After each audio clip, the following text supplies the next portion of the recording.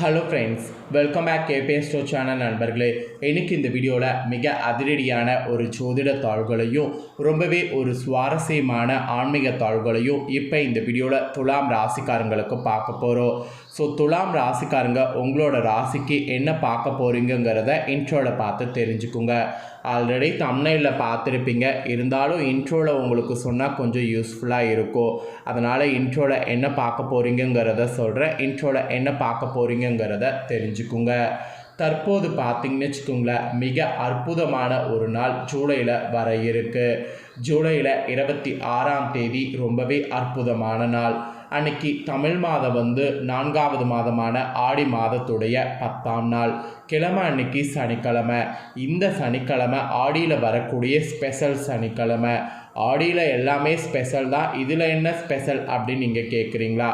ஆடியில் வரக்கூடிய இந்த நாள் சனிக்கிழமை சந்திர தரிசனமானது வருது. சந்திர தரிசனம் வரக்கூடிய நாள் அன்னைக்கு சந்திரனுடைய அந்த பாசிட்டிவ்னால எல்லா ராசிக்காரங்களுக்குமே தலையெழுத்து மாறும். அதில் ஒரு சில ராசிக்காரங்களுக்கு உச்சமாக இருக்கும். அதனால் ஒவ்வொரு ராசிக்காரங்களுக்கும் என்ன பலன் கிடைக்குங்கிறத ஷேர் பண்ணிட்டு வரேன். அதில் இன்றைக்கி இந்த வீடியோவில் துலாம் ராசிக்காரங்களுக்கு ஷேர் பண்ண போகிறேன். துலாம் ராசியில் பிறந்த உங்கள் ராசிக்கு இந்த சந்திர தரிசனத்திலிருந்து சாதகமான விஷயங்கள் என்ன நடக்கும், எதில் கவனமாக இருக்கணும் அப்படிங்கிறத எல்லாமே இந்த வீடியோவில் தெரிஞ்சுக்குங்க. ஸோ தெரிஞ்சு அதற்கேற்ப நடந்து பயன்பெறுங்க. அதுக்கு முன்னாடி இந்த ஆடி மாதம் ரொம்ப ஸ்பெஷல் மாதம் அப்படிங்கிறதுனால ஆடியில் வரக்கூடிய 3ஆம் பிறை அன்னைக்கு இதை நீங்கள் பண்ணிங்கன்னா, அதாவது சந்திரனை நீங்கள் பார்த்தீங்கன்னா வறுமை நீங்குமா? ஸோ எப்படி அப்படிங்கிறத தான் உங்களுக்கு சொல்லித்தர போகிறேன்.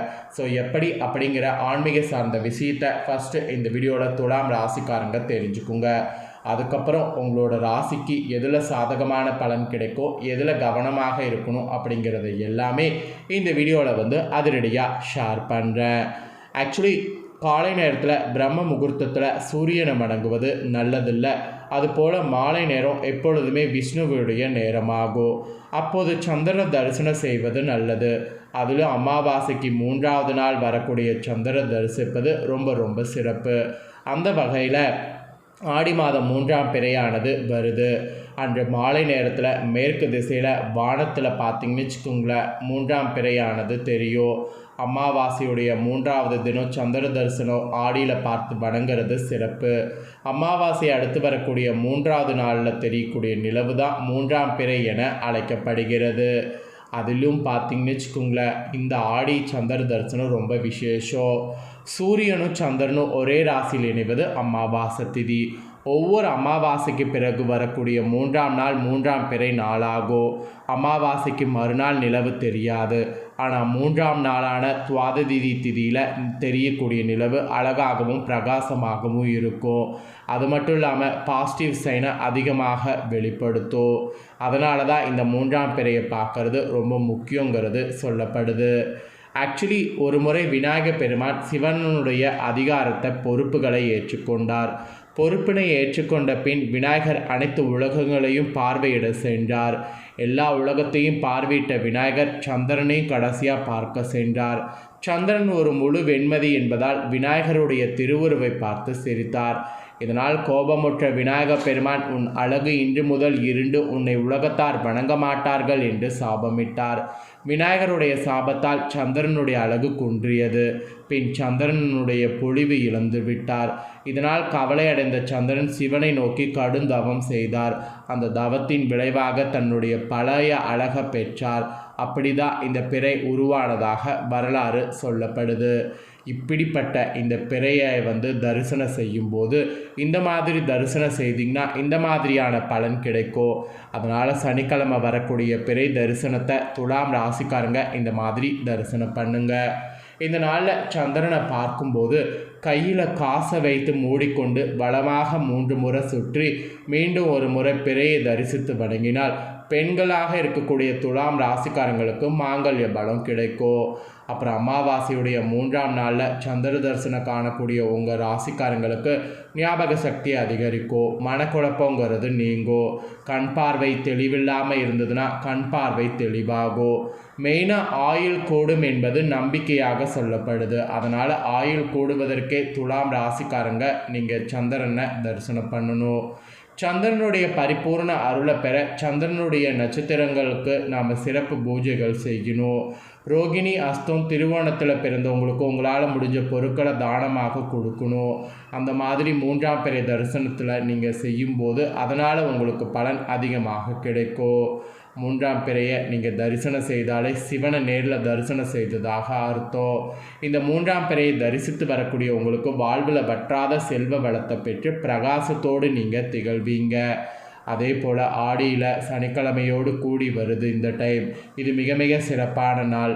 இரவு பார்த்திங்கன்னு வச்சுங்களேன் 7:15 வரைக்குமே டைம் இருக்குது. 6:30 7:15 வரைக்குமே டைம் இருக்குது. அந்த நேரத்தில் சந்திர தரிசனம் காணுங்க. அடுத்த சந்திர தரிசனத்துக்குள்ளே உங்களுக்கு நல்ல மாற்றங்கள் வருவதை நீங்கள் பார்க்கலாம். ஸோ இதுதாங்க உங்களுக்கு சந்திர தரிசனத்துடைய விசேஷம் என்று சொல்லப்படுது, அதாவது சிறப்பு என்பது சொல்லப்படுது. இப்போ உங்கள் துலாம் ராசிக்காரங்களுக்கு திடீர் யோகம் உண்டாகுமா உண்டாகாதா, என்னது விஷயில் சாதகமான பலன் கிடைக்கும், எதில் கவனமாக இருக்கணும் அப்படிங்கிறத உங்களுக்கு சொல்ல போகிறேன்.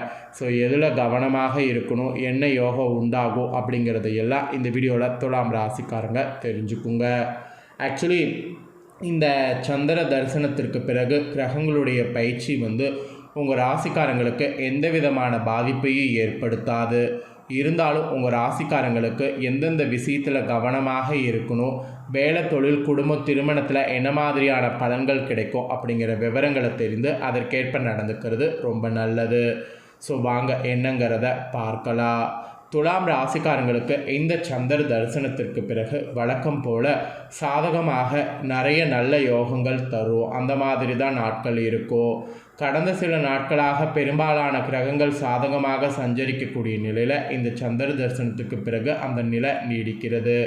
இதில் சுக்கிரன் மறைந்தாலும் கூட அதிர்ஷ்டம் தரக்கூடிய இடத்துல சந்திரன் இருப்பதால் பெரிய யோகத்தை பெறுவீங்க. இதர கிரகங்களுடைய சஞ்சாரமும் நல்ல நிலையில் இருக்குது. அதனால் எதுக்குமே நீங்கள் பயப்பட வேண்டாம். ஆக்சுவலி உங்கள் ராசிக்காரங்களுக்கு இந்த சந்திர தரிசனத்திற்கு பிறகு கண்டிப்பாக இதிலெல்லாம் சாதகமான பலன்கள் இருக்கும் என்பது குறிப்பிடப்பட்டிருக்கு.